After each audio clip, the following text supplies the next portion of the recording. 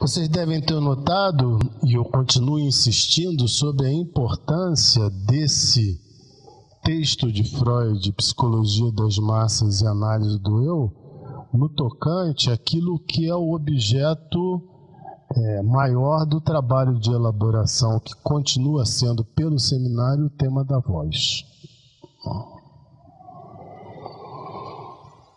E a minha insistência nesse texto é exatamente para poder levar um pouco mais adiante algumas distinções que possam escapar a essa tendência habitual, muito facilmente encontrável, que é as vozes do super-eu.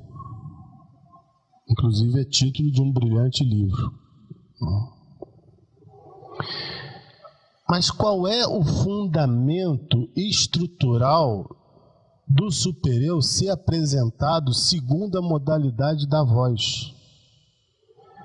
É esse tipo de trabalho que eu estou interessado em realizar com vocês. E não, porque é muito fácil poder dizer que o super-eu se apresenta sob a forma de voz, porque cada um é habitado diferentemente pelo super-eu. E quanto mais é habitado pelo super-eu, mais ele comparece sob essa condição de voz de comando. Então é preciso que se considere que essa insistência sobre o texto de Freud, ela escapa um pouco à orientação que o Lacan procura recolher desse texto, porque o objetivo dele é transformar isso muito rapidamente numa espécie de condição que vai permitir a ele fazer a virada para o seminário 12. O meu objetivo não é propriamente esse. O meu objetivo é explorar um pouco mais por que ele foi se valer desse texto no momento terminal de elaboração de um seminário tão decisivo para o ensino dele. E mais do que isso, se vale desse texto de uma forma que me parece também que passa desapercebido a muitos que estudaram, o recorte extraordinariamente delicado e eficaz que ele realiza junto ao trabalho do Freud. Por que eu afirmo isso? Eu tenho insistido nas comunicações que eu tenho trazido, nessa passagem do Seminário 11, onde ele afirma que o objetivo da análise é a separação do ideal junto à causa do desejo. É importante essas distinções porque nós não estamos trabalhando aqui na retomada do texto de Freud o objetivo da análise. Nós estamos voltando a essa frase, procurando esclarecer as consequências que vão se depreender a partir daí. Uma delas surgiu exatamente no decorrer das jornadas, que foi uma questão apresentada aqui e que orientou uma série de reflexões. Por quê? Lacan diz que o objetivo da análise é juntar, separar isso que se junta, a causa do desejo com o ideal. Por que ele afirmou isso? Bom, a pergunta que eu coloquei foi o seguinte: antes ainda de responder a isso, o que faz com que essas duas coisas se liguem? Por que o ideal cola com a causa do desejo? E se isso se cola, qual é o nome dessa cola? Como é que essa cola opera? Na época eu respondi: o que promove a cola do ideal com a causa do desejo é o super-eu. Mas aí nós temos um problema, por quê? Porque em Freud são dois conceitos que praticamente se tornaram sinônimos: ideal do eu e super-eu. Tanto é assim que em muitos momentos da obra ele diz ideal do eu ou super-eu. Mas em outros momentos ele esclarece. Eu vou recomendar que vocês, para vocês terem ideia da importância do esclarecimento dessa questão já no Freud, sendo verdade que um momento decisivo onde essas duas coisas se tornam sinônimas é o texto do Narcisismo. O texto do narcisismo é um texto de referência decisivo na obra freudiana, consequentemente, aqueles que têm uma leitura de Freud tendem a equivaler o ideal do eu com o supereu a partir do narcisismo. Por isso é importante avançar. E avançar numa conferência que se chama A Dissecção da Personalidade Psíquica, conferência 31 das novas conferências introdutórias, de 1932.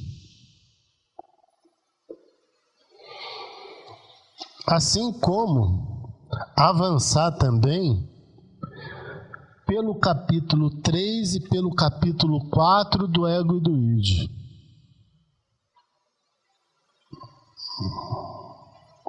Vocês veem que na própria apresentação do texto em português, vocês vão ver que o capítulo 3 é apresentado o ego e o superego, entre parênteses, ideal do ego.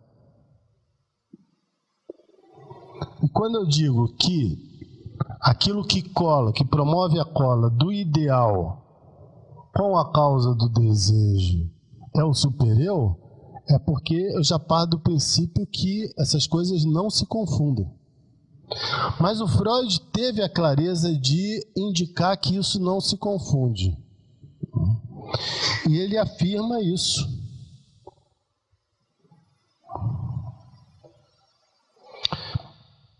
Ele afirma isso, por exemplo, nessa conferência 31, afirmando, por exemplo,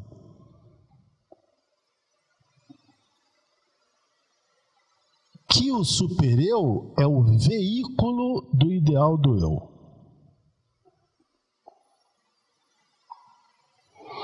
E que o supereu teria a função de criar a vigília junto ao ego, para ver se ele está cumprindo de se manter à altura de repetir o ideal, ou seja, de repetir os pais. De repetir os pais no sentido dos valores simbólicos transmitidos pelos pais. Vocês veem que nós estamos num momento de teorização avançado da obra freudiana, e que exige, para o entendimento dessa questão do Freud, exige que minimamente se conheça esse binômio Édipo-castração. Por quê? Porque existe essa afirmação que muitas vezes eu retorno aqui no seminário, que é a afirmação que praticamente vigora no texto do Ego e do Id, em que Freud afirma que o supereu, ele é a herança do complexo de Édipo. Mas o que significa o supereu ser a herança do complexo de Édipo? Significa que o sujeito vai se sentir culpado a cada vez que ele não responder positivamente a injunções simbólicas da lei que é transmitida pelo pai, de forma a manter um distanciamento do objeto antes incestuoso, ou seja, a mãe. Então, para o Freud existe um sentimento de culpa promovido pelo superior que é positivo. Que é positivo por quê? Porque o sujeito, tendo chegado ao final do complexo de Édipo, ele assimilou essa identificação ao pai de uma forma simbólica. Tendo realizado esse percurso, o que ele faz? Ele já não se debate em sustentar o mesmo objeto do desejo do pai. Ele agora se apoia no pai enquanto objeto de identificação para se valer da potência do símbolo de forma a realizar uma escolha diferenciada. Então dá para entender a afirmação freudiana de por que o sujeito, por que o supereu, qual é o sentido do supereu ser efeito do complexo de Édipo, efeito simbolizante do complexo de Édipo. Agora, existe uma outra variável. Freud vai dizer, e isso está nessa conferência que eu indiquei a vocês. Freud vai afirmar que o supereu se apresenta de duas formas para o sujeito.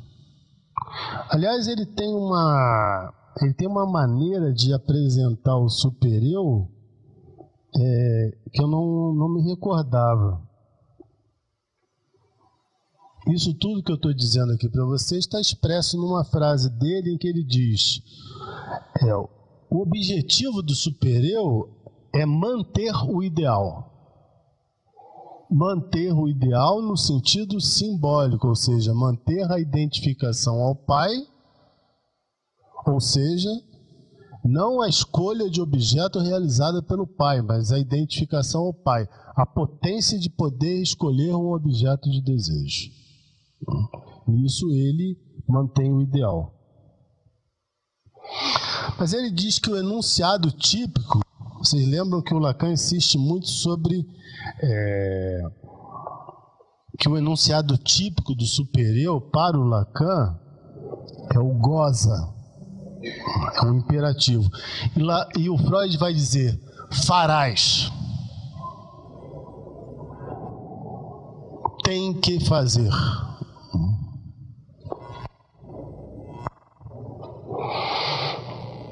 Isso se encontra no capítulo 5 do Ego e do Id.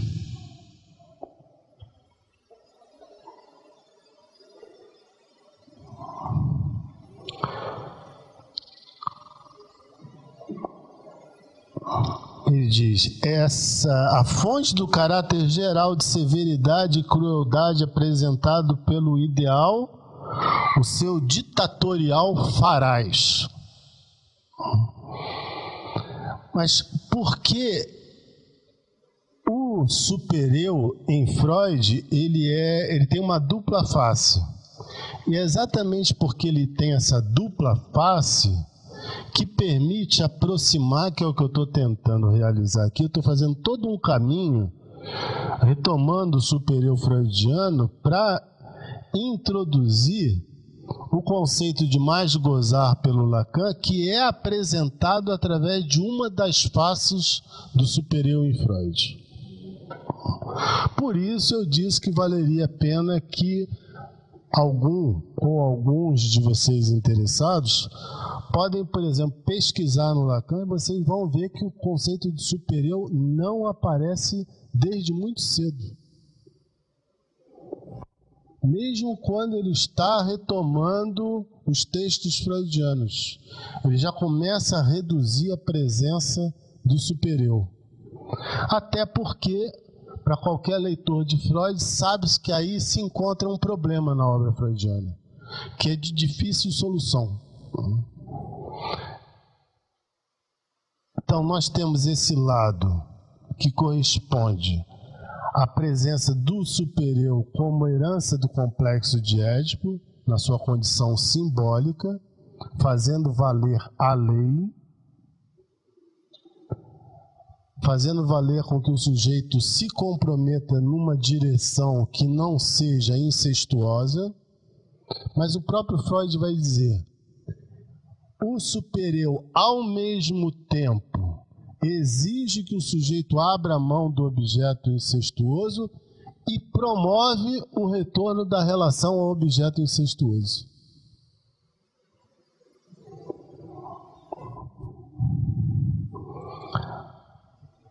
Por que o supereu promove esse retorno ao objeto incestuoso? É aqui que a gente pode encontrar um certo vislumbre, um certo insight do Freud de que a condição paterna que ele assimila à eficácia do supereu não é tão consistente assim, não é tão eficiente assim. Porque se o supereu, no seu caráter simbólico, tivesse uma positividade a ponto de não permitir que o sujeito reinvestisse sobre o objeto incestuoso, como é que iria se explicar ao mesmo tempo que o sujeito voltasse investindo sobre o objeto incestuoso? Por que ele retorna ao investimento do objeto incestuoso? Porque aqui, agora, nesse investimento, ele encontra uma satisfação através da culpa.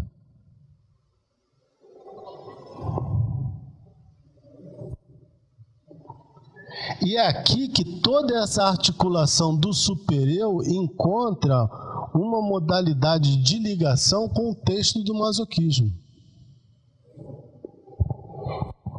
Porque a partir dessa condição em que o agenciamento dessa identificação que foi realizada simbolicamente junto ao pai fracassa e o sujeito retorna investindo sobre o objeto incestuoso, e ele vive essa dubitação de, ao mesmo tempo, estar marcado pela lei do pai e, por sua vez, investir sobre o objeto incestuoso. Então, ele, por um lado, retira a satisfação pela potência paterna.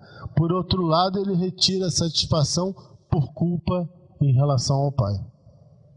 São as duas coisas agindo ao mesmo tempo.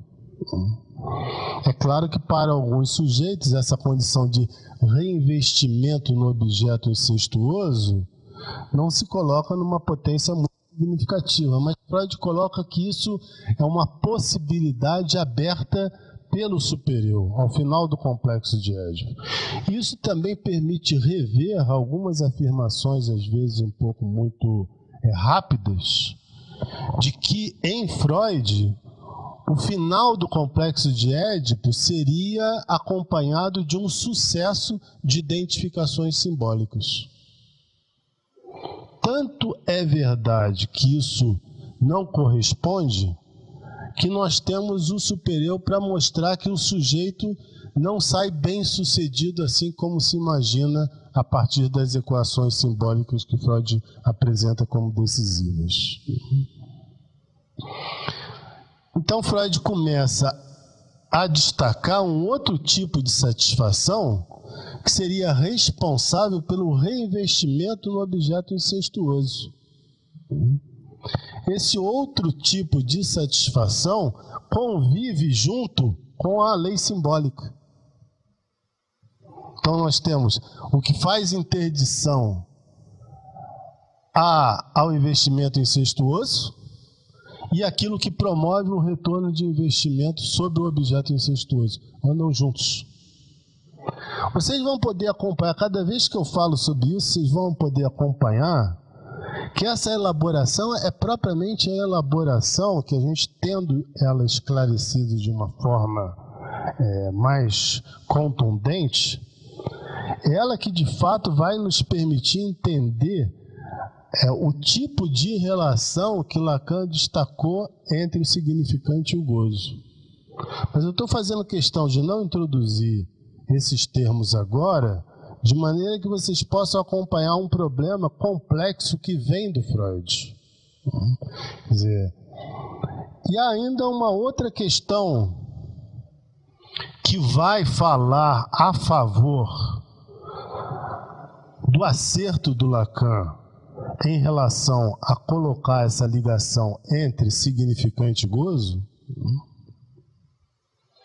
porque Freud fala uma coisa muito curiosa. Ele afirma: aquilo que se transmite pelos pais não são os ideais, como nós pensamos assim, eu queria que meu filho fosse médico, então é isso que se transmite para o filho. Freud diz, não é isso.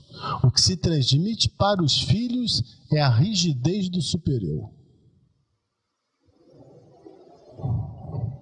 Então, o que o Freud está dizendo é o seguinte: se transmite um determinado tipo de modalidade de gozo, de forma inconsciente.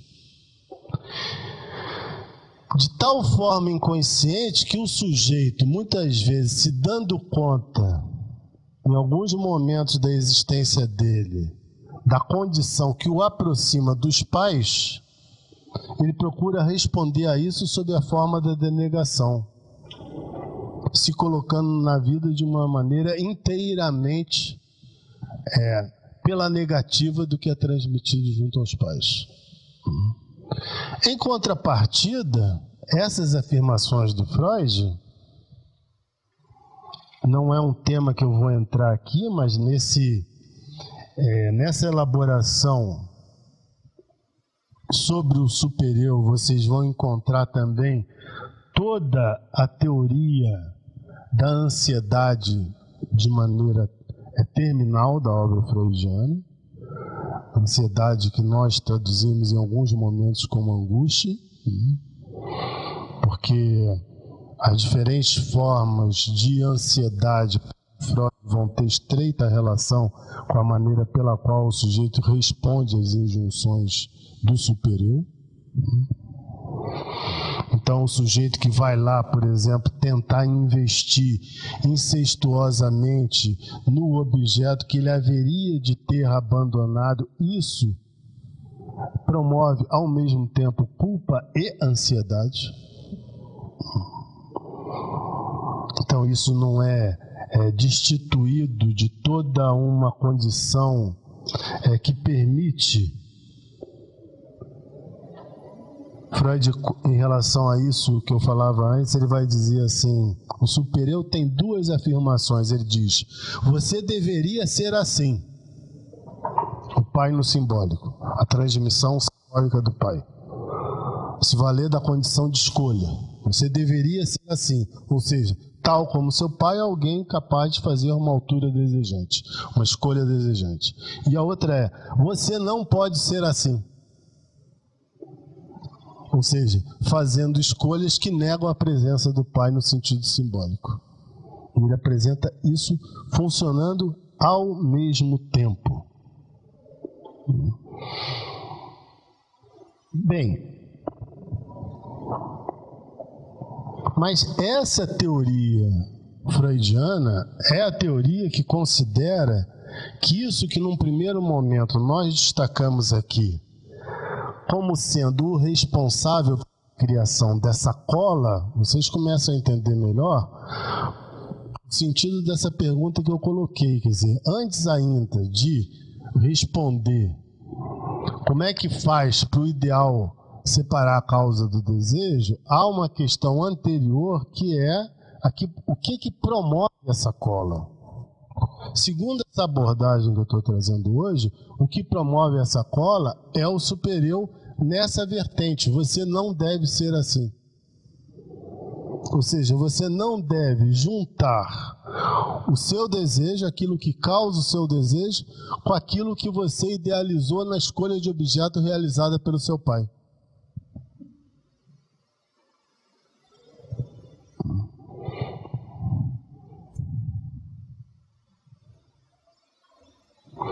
Eu nem cheguei perto ainda de transformar isso tudo numa condição de poder reler pela teoria do significante. Primeiro eu estou tentando deixar um pouco mais claro uma confusão teórica assim, bastante difícil. E bastante difícil por quê? E ao mesmo tempo esclarecedora, porque cada vez que a gente avança nisso, a gente encontra respostas para alguns problemas, principalmente aqueles que vieram à luz durante a jornada. Porque em diferentes momentos, só no final hoje eu respondo, principalmente aquelas questões que vieram à luz na jornada, muitas delas foram orientadas por essa discussão do supereu. E de fato elas se mostram procedentes por quê? Porque o sujeito vai repetir esse supereu parental nos seus investimentos objetais. Então, repetir esse investimento superegóico, que para o Freud é o que se transmite, pensando estritamente segundo a orientação freudiana, se aquilo que se transmite é o supereu, então se transmite uma modalidade de gozo. Essa modalidade de gozo, vamos dizer assim, freudianamente se divide como? Entre uma exigência, essa exigência de se sentir ansioso na medida em que se vê escolhendo objetos que a princípio não deveriam ser escolhidos, e, por outro lado, numa condição de potência, se valendo da condição simbólica que foi transmitida pelos pais. Então, por um lado, realização, por outro lado, ansiedade.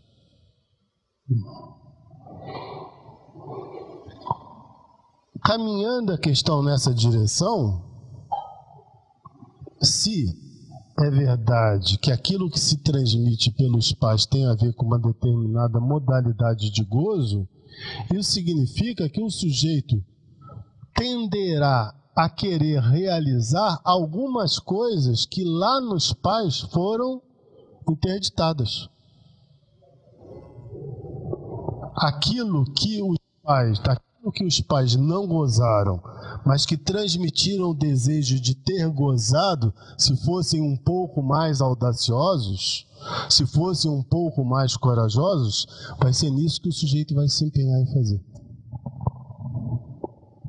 Então, o sujeito pode buscar a realização de algumas coisas que, de saída, para ele são inteiramente nocivas, mas ele responde inconscientemente a uma demanda dos pais para dar satisfação a esse outro. Caminhando nessa direção, no sentido de esclarecer o superior, nós vamos notar alguma coisa, dois elementos que merecem muita nossa atenção. Primeiro, é o fato de que Freud deixa bastante claro no texto do ego e do id que há uma estreita relação não só do superior, mas da própria constituição do aparelho psíquico com a voz. Se vocês pegarem o esquema do aparelho psíquico no texto do ego e do id, vocês vão notar que lá se encontra uma calotazinha acústica. Essa mesma calota não se encontra na conferência da dissecção da personalidade psíquica.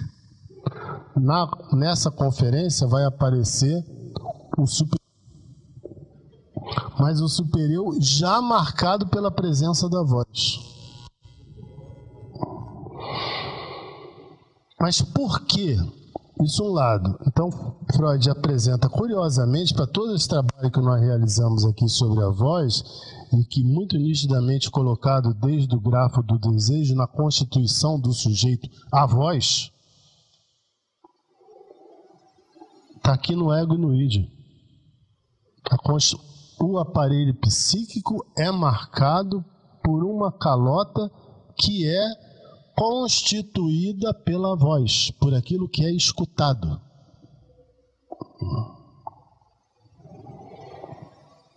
Por outro lado, vai se recolher também, na teoria freudiana,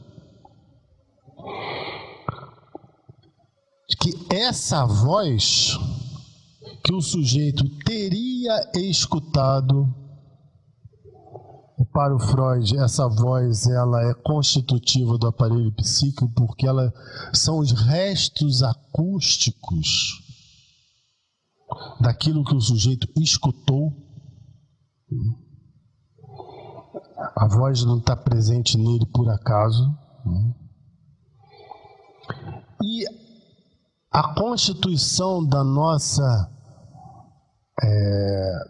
humanidade determina para a nossa espécie que primeiramente nós escutemos antes de enxergarmos. Isso já decide por uma primariedade da voz. Ora, no nosso caso, vai ser importante considerar não o fato de que a voz vem primeiro, porque pela espécie isso se coloca assim, mas por que a voz e o olhar se relacionam e como se relacionam para além da condição dos olhos e do ouvido. Porque, como eu disse, uma das importâncias dos últimos capítulos do texto da Psicologia das Massas e Análise do Eu, que eu abordei no seminário passado, é que o Freud vai mostrar como é que se dá essa constituição dos agrupamentos humanos, o que é cativante, o que é sugestionável, o que a condição de hipnotização é, notadamente pelo olhar.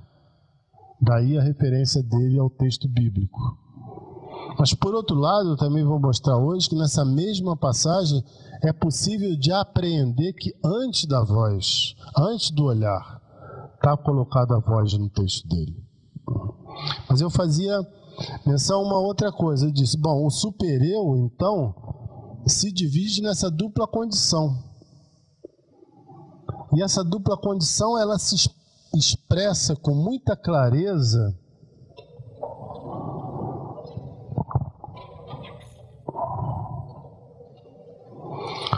no texto do Freud.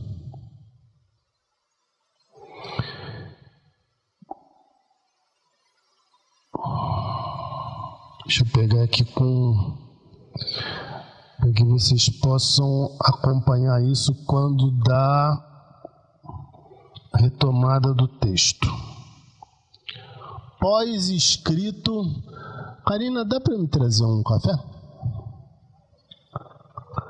Pós-escrito do texto do Freud, Psicologia das Massas e Análise do Eu. Obrigado.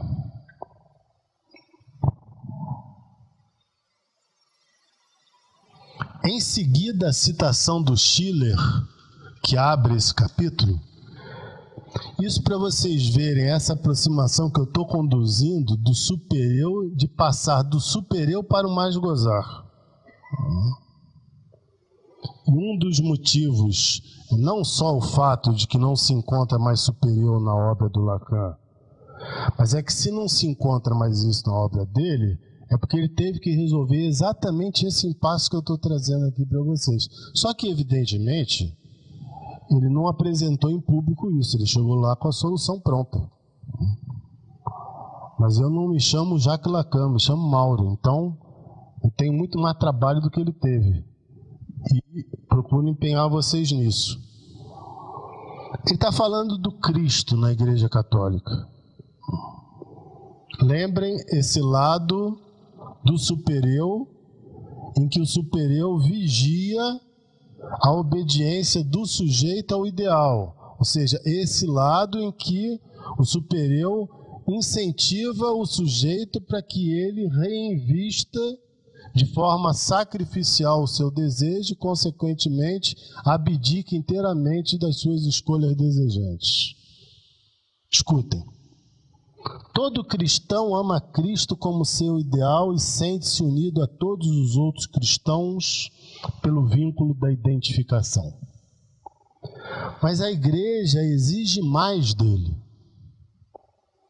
Tem também de identificar-se com Cristo e amar todos os outros cristãos como Cristo os amou. Em ambos os pontos, portanto, a igreja exige que a posição da libido fornecida pela formação grupal seja suplementada. Há que acrescentar a identificação ali onde a escolha objetal já se realizou, e o amor objetal onde há identificação. Esse acréscimo, evidentemente, vai além da constituição do grupo. Pode-se ser um bom cristão e, contudo, estar distante da ideia de se pôr no lugar de Cristo e ter, como ele, um amor abrangente da humanidade. Porém, esse novo desenvolvimento na distribuição da libido no grupo constitui, provavelmente, o fator sobre o qual o cristianismo baseia sua alegação de haver atingido um nível ético mais elevado. Ou seja, é na medida em que o sujeito abdica inteiramente do seu desejo e faz o sacrifício de não apenas manter as orientações dadas pelo Cristo e pelo cristianismo, mas é de voltar a ser essa figura que num primeiro momento foi ideal. Nisso que ele volta a ser, o que ele faz? ele junta a causa do desejo com o ideal. E aí que está a condição de sacrifício. Isso de tal forma é surpreendente na elaboração freudiana que o Freud vai afirmar que existem ideologias do supereu. O que são as ideologias do supereu?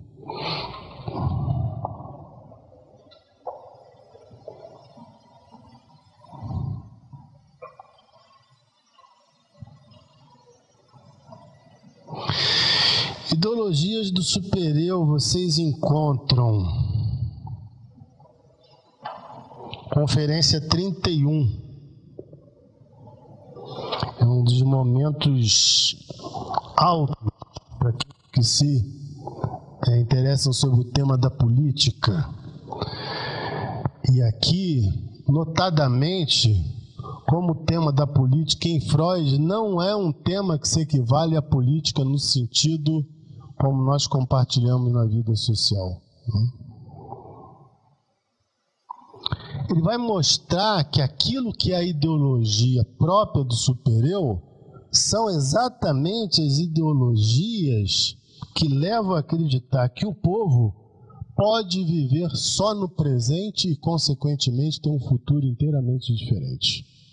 Ou seja, são as ideologias que prometem a ausência de repetição e prometem a identificação, o investimento num ideal de forma a se desembaraçar de tudo aquilo que foi um impasse anterior. Por isso Lacan é tão crítico a esse sentido, primeiramente libertador, que foi apresentado pelo termo de revolução. Porque ele dizia, se nós formos ver revolução em termos da etimologia, o que nós vamos recolher? É um retorno, uma volta, uma revolução. É dar a volta outra vez. E Freud apresenta exatamente isso como sendo de acordo. E vocês sabem que Freud nunca teve muito boa simpatia pelo socialismo, e aqui ele vai voltar a falar do socialismo nesse momento. Freud tinha um pé atrás bastante acentuado com o marxismo, tudo aquilo que vinha também pelas indicações socialistas. E esse é um momento onde ele critica de forma muito veemente, perto do final da conferência, é isso que ele vai chamar de ideologias do supereu. As ideologias do supereu estão colocadas aonde? Na nossa contemporaneidade, em frases que a princípio são inteiramente cativantes. Tortura nunca mais. Nunca mais tortura. Basta ir até uma prisão para ver o que acontece.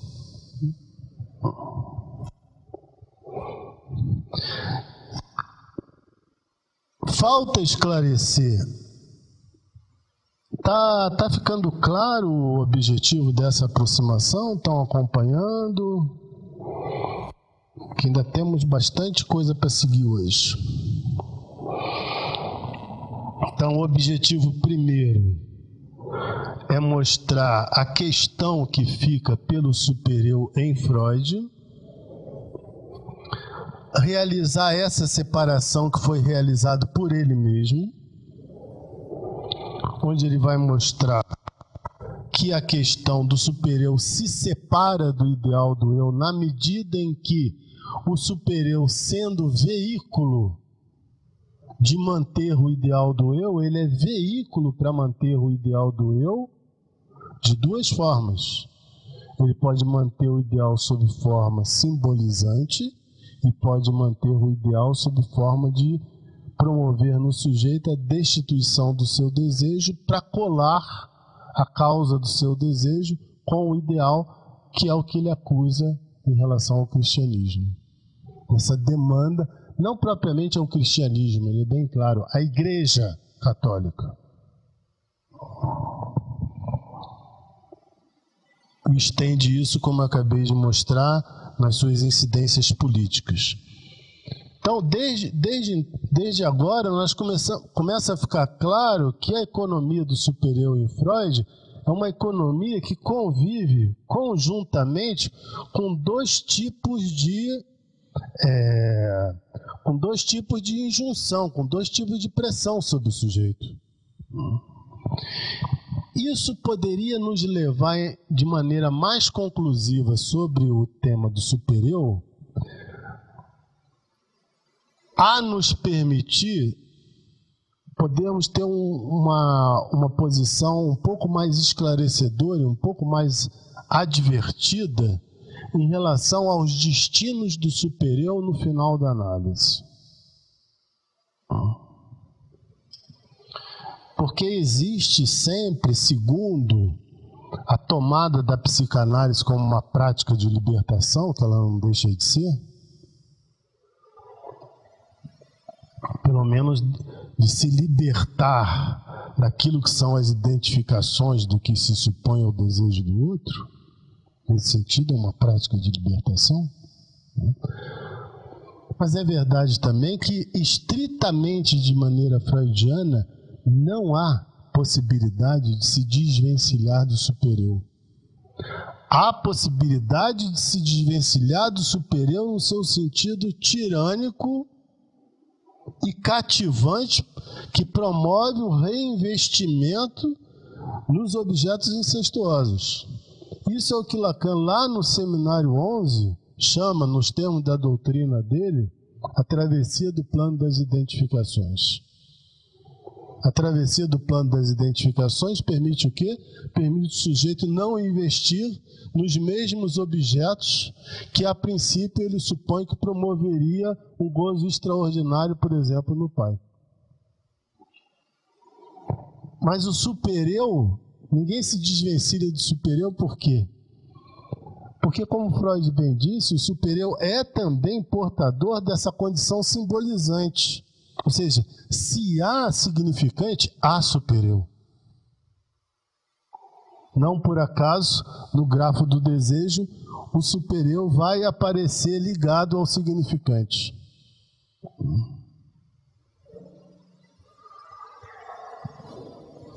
Perguntas ao final. Inclusive vai ter direito a um microfone.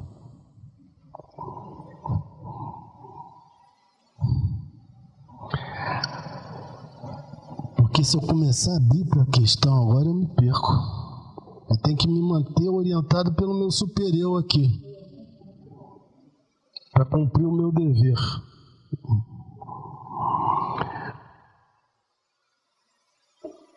Por um lado, nós temos essa condição de começar a distinguir essa economia do superior e esclarecer o que está em jogo nessa condição de cola entre o ideal e a causa do desejo. Mas, afinal de contas, por que isso haveria de nos interessar? Isso haveria de nos interessar porque aí se encontra uma dimensão extraordinária de presença da voz.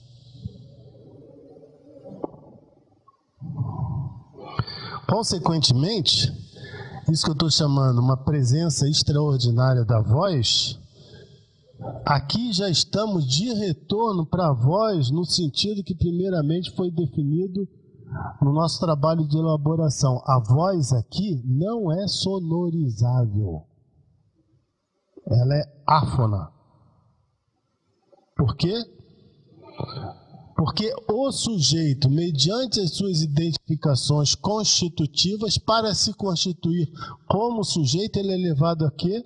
A investir no objeto do desejo do outro.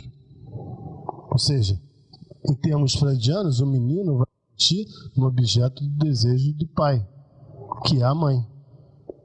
Então, isso significa que a identificação ao ideal, ela já promove esse investimento sobre o objeto, essa busca do objeto incestuoso.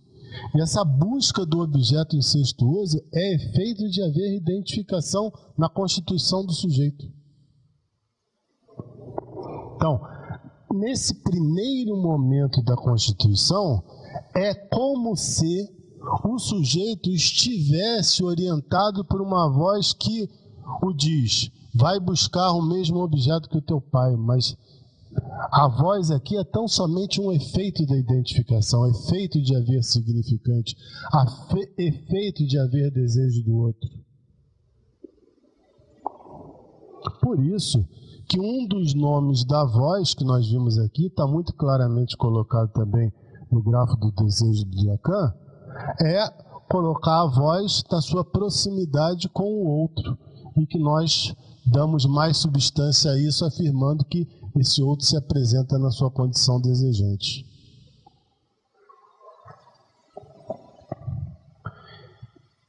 Ocorre que, se é verdade que a voz está presente aí,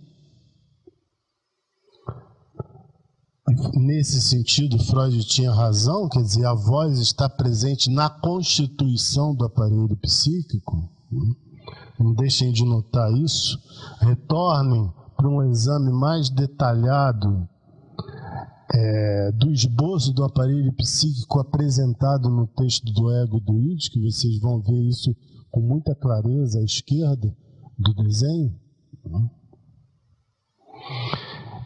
Ele deixa indicado que essa voz, para ele, Freud, ele a explica segundo restos daquilo que foram escutados, aquilo que o sujeito escutou. Então, determinadas proibições retornam ao sujeito na medida em que elas evocariam proibições que muito remotamente na vida dele foram escutadas. E segundo ele, segundo o tipo de explicação que ele dá, a voz se coloca tão mais potente quanto mais essa condição evoca um período da constituição. Ou seja, tão mais potente a voz quanto mais o sujeito investe nos objetos que evocam o desejo do outro.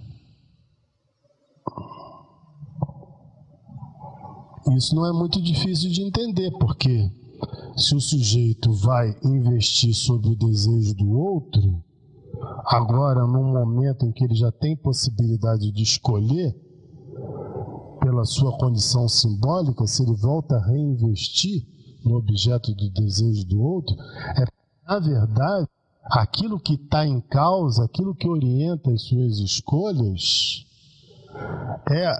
não o objeto a ser escolhido, mas a sua condição de ser amado pelo outro.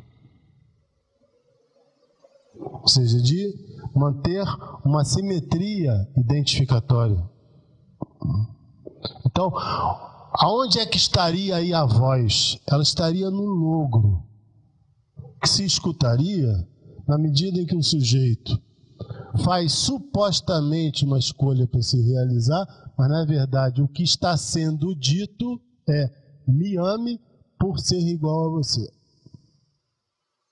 Aí vocês têm essa dimensão presente da voz, que é a mensagem de forma inconsciente que o sujeito está dirigindo ao outro. Agora notem, nada disso, absolutamente nada disso é sonorizável. Mas se o objetivo é aproximar essa passagem do supereu freudiano para o mais gozar,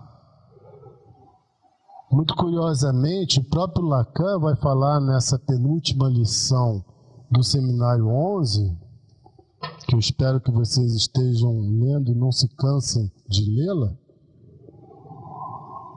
porque ela é plena de consequências, né? Ela permite retomar toda a teoria da transferência realizada nesse momento, né? E coloca questões a título de qual é o lugar que o analista deveria estar para não responder tão somente a uma separação forçada do sujeito junto ao ideal. Quer dizer, se é verdade que o analista não deve estar colocado no lugar do ideal, isso não é uma resposta que deveria nos bastar enquanto clínicos. Porque a verdade é que eu posso responder pelo super-eu ao objetivo de promover separação. Então eu posso promover separação exigindo que o sujeito não tome determinada direção. Ou alertando cansativamente para que ele não vá numa direção, e quanto mais eu alerto, mais ele vai nessa direção. Mas mais ele vai nessa direção inconscientemente. Então, vamos começar a encontrar aí alguns sintomas que não se deslocam. Se se trata de poder recuperar essa insistência, essa condição do sujeito de ir numa direção onde o que interessa é visar o investimento sobre os objetos do outro, ou seja, sobre os objetos que lhe colocam numa suposta simetria com o desejo do outro, o que nós temos aí é o quê? É uma promessa de felicidade. Freud não deixa de chamar atenção para isso nas ideologias do super-eu. Quanto mais eu for igual àquele que eu idealizo, tão mais eu vou ser realizado como ele. Esse é basicamente o princípio freudiano da identificação grupal. Quanto mais eu repito o líder, mais eu tenho possibilidade de ser feliz. E repetir o líder significa seguir as orientações dele. Mas se a presença do ideal está colocada na Constituição, aqui é que nós vamos começar a nos distanciar um pouco de Freud. Por quê? Freud diz que aquilo que é transmitido enquanto ideal são os valores parentais, são os exemplos.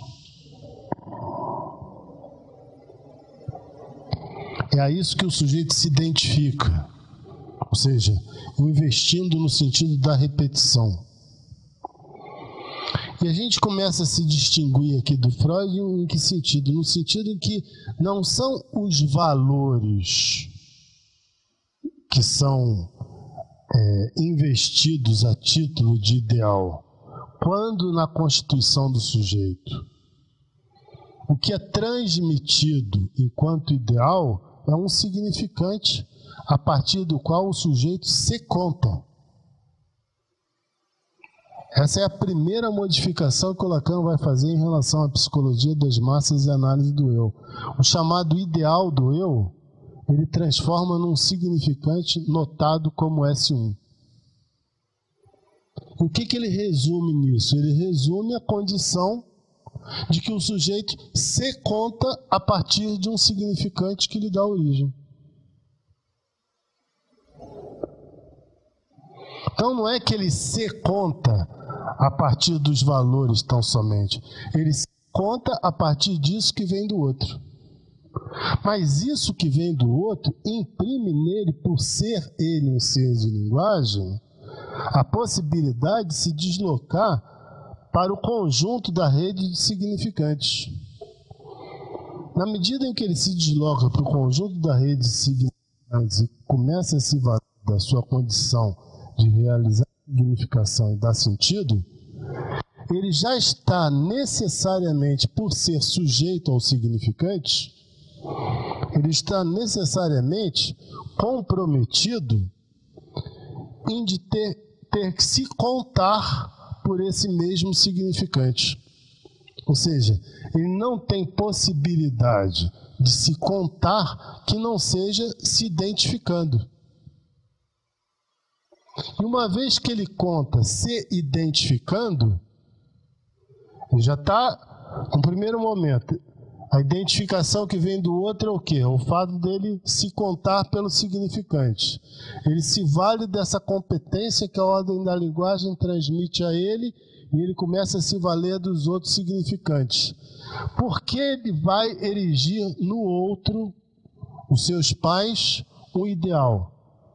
Porque enquanto sujeito da linguagem, ele só tem possibilidade de se estruturar mediante uma identificação com o objeto do desejo do outro. Isso a linguagem imprime, decide, promove. E não tem outra saída. Se está colocado na linguagem de forma simbolizante, essa é a condição que está impressa a ele. E essa condição está impressa a ele por quê? Porque ele se encontra inteiramente na dependência do outro para poder sobreviver.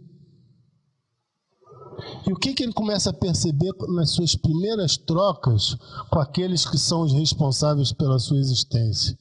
Ele começa a perceber que quanto mais ele se coloca numa condição de reciprocidade e de resposta ao que o outro envia para ele, mais ele tem as suas necessidades atendidas.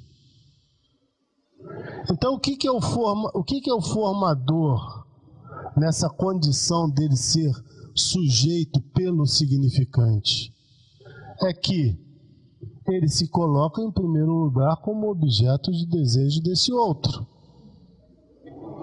E o custo dele se colocar como objeto de desejo desse outro é que, ao mesmo tempo, ele vai se manter nisso, ou seja, investir para que ele seja o objeto investido pelo outro, mas ao mesmo tempo, quando isso vacilar, quando ele cair desse lugar, o que ele vai investir? Em procurar repetir o investimento desejante que esse outro realiza num outro. Então ele vai brigar com o irmãozinho, ele vai brigar com o pai, ele vai brigar com a irmãzinha, tudo com o objetivo de quê? De recuperar esse lugar de onde necessariamente ele haverá de cair. Então, uma vez sujeito pelo significante, a identificação está dada, porque ele se conta a partir do significante. Isso significa haver identificação, mas a identificação pela linguagem. Ele começa a circular pela linguagem, ele advém como sujeito pela linguagem. E existe um momento onde ele advém como sujeito pela linguagem. É o momento, por exemplo, em que Lacan indica em que o sujeito não se conta mais só pela pulsão, ou seja, não só como sujeito que demanda ao outro, mas como sujeito que de fato começa a manter uma relação com o outro, onde a significação, ainda que de forma muito elementar, se instala.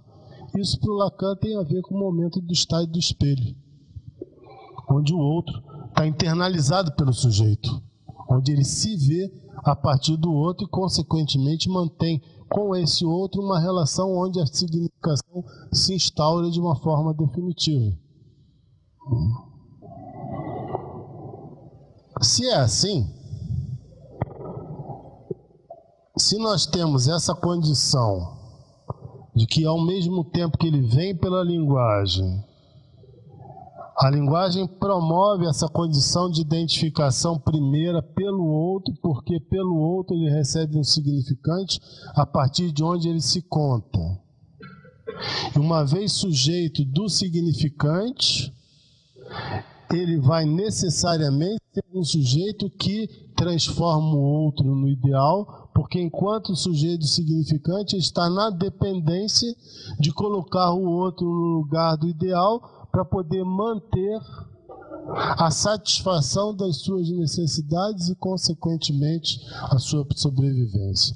Então, o que nós temos colocado na Constituição? E é isso que é o máximo do texto Psicologia das Massas e Análise do Eu. O que é que fascina? O que fascina as massas e o que Lacan retira que fascina os seres humanos? O que fascina é de se deixar levar pelo desejo do outro. É isso que é fascinante. É isso que é cativante. É isso que é cativante por quê? Porque o sujeito tem a sustentação de uma ilusão de que ele vai poder ter todas as suas necessidades atendidas tal como lá desde a época do seu nascimento. Por isso Freud, eu insisti nesse aspecto com vocês, por isso Freud vai dizer A sugestão é a palavra mágica. Por quê? Porque ela está dada na Constituição.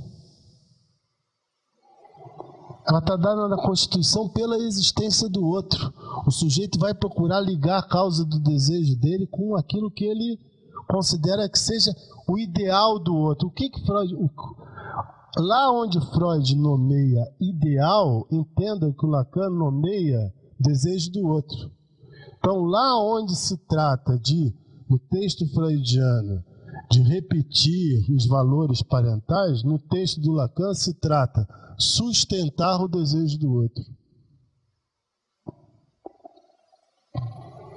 Mas isso tem um custo. É verdade. Ninguém foge disso. E todo o desdobramento do Seminário 11 é para mostrar que essa é a vetorização que vai da Constituição ao advento do sujeito pelo desejo. Ou seja, a lógica que Lacan apresenta a título de alienação e separação. Mas aqui nós temos uma interpolação que é decisiva também para que comece a se entender a passagem que vai vir para o Seminário 12. O tempo todo estamos tratando aqui, bom, há significantes, que esse significante promove a identificação, mas essa identificação não é apenas eu querer ser igual ao outro, um pouco como o texto do Freud entrevê. Existe uma certa... Isso é típico do texto do Freud. Sempre ao lado de uma grandeza, de um ineditismo de elaboração, há uma banalidade. Então, é como se a identificação fosse ser igual aos pais. Mas isso não é a identificação relida. Por quê? Porque há uma satisfação. E há uma satisfação que é o quê? Não é igual a ser grande como meu pai, não. A satisfação é procurar corresponder, estrito senso, a uma simetria que se supõe que o outro deseja de mim.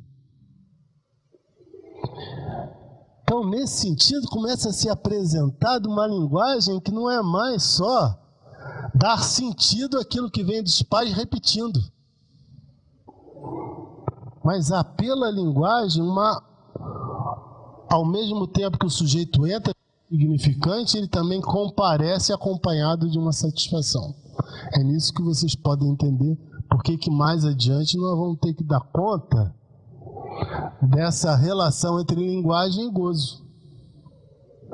Porque se o sujeito vem pelo significante e está imerso nessa economia, ele está imerso numa economia que não é apenas de dar sentido, mas de retirar satisfação. E essa retirada de satisfação não tem nada a ver com ele fazer igual como o outro fez, sustentar os mesmos valores do outro. Ele até pode sustentar os mesmos valores do outro. Mas o que está dando satisfação a ele não é esse sentido ali visível. Não, o que está dando satisfação a ele é o fato de que ele, repetindo a forma do outro ser, ele se supõe desejado pelo outro. É daí que ele retira a satisfação. Então a linguagem não serve só para significar, não serve só para dar sentido. Eu acho que avançando até esse ponto hoje aqui, a gente já avança bem. Agora vamos para as perguntas. Eu vou passar o microfone de maneira que vocês também tenham as suas intervenções presentes lá quando da transmissão do seminário. Daniele, eu tinha levantado a mão. Eu respondi ou não? A pergunta que você levantou a mão. Não, no microfone. Vox.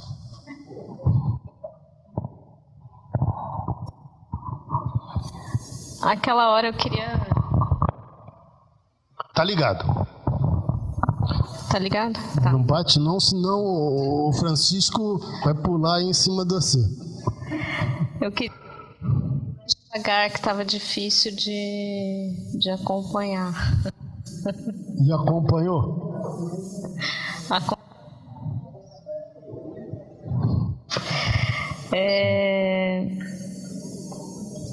Eu não entendi direito a passagem de o que promove a cola do desejo com o ideal é a vertente do super-eu que diz que você não deve ser assim. Por que é essa vertente que promove? Não, ao contrário, é a outra.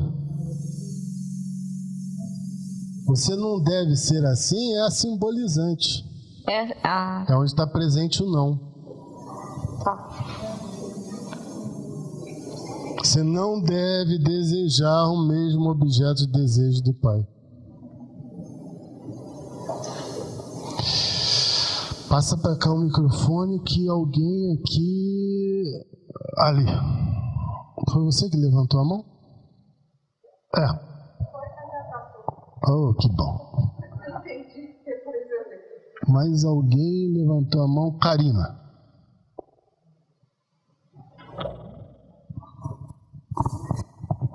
Mauro, yo quería hacer un comentario, porque yo estoy estudiando el seminario 12 y localizar en el seminario 12 el aula 8, donde para mí la idea central que yo pegué de Lee es que Lacan plantea que hay dos identificaciones diferentes. Yo achei bien interesante porque una propuesta muy diferente de Freud. Él fala, hay una identificación al ideal do eu, que son las famosas identificaciones imaginarias, las identificaciones de las que falamos ser como los pais, las identificaciones del campo imaginario. Y Lacan fala, pero yo estoy planteando otra. La que yo estoy planteando en esta aula es la identificación al objeto A. Y él dice, el problema es que los analistas confunden las dos. Y él en esa aula plantea, el problema es que para fin de análisis, un analista no se puede conformar con que solo caigan las identificaciones imaginarias. Es preciso trabajar la identificación al objeto A. Y lo que es interesante de esa aula es que él presenta un caso clínico. Él presenta un caso clínico de un analista que confunde las dos identificaciones. Es un caso que el analista presenta como un fin de análisis y Lacan dice, el problema de esta analista es que no trabajó la identificación del paciente al objeto A y el problema serio es que ese objeto A es el analista.